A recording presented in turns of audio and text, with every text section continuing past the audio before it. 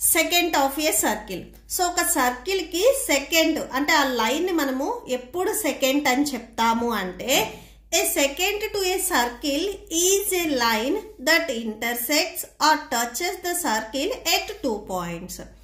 మీరు ఒక circle and 1 line తీసుకున్నప్పుడు ఇక్కడ నేను ఒక సర్కిల్ అండ్ ఏబి అనే ఒక లైన్ తీసుకుంటున్నాను. లైన్ ని నేను సర్కిల్ మీద ఇలా డ్రా చేస్తున్నాను. ఈ లైన్ ఈ సర్కిల్ ని 2 పాయింట్స్ దగ్గర ఇంటర్సెక్ట్ చేసింది. ఇంటర్సెక్ట్ చేసిన పాయింట్స్ నేను పి అండ్ క్యూ అని తీసుకుంటున్నాను. ఇక్కడ మనకి బిఫోర్ మీరు ఆల్రెడీ టాంజెంట్ డెఫినేషన్ చూశారు. సర్కిల్ ని అవుట్ సైడ్ ఆ లైన్ అనేది ఓన్లీ 1 పాయింట్ దగ్గర ఇంటర్సెక్ట్ చేస్తే టాంజెంట్ అంటాము.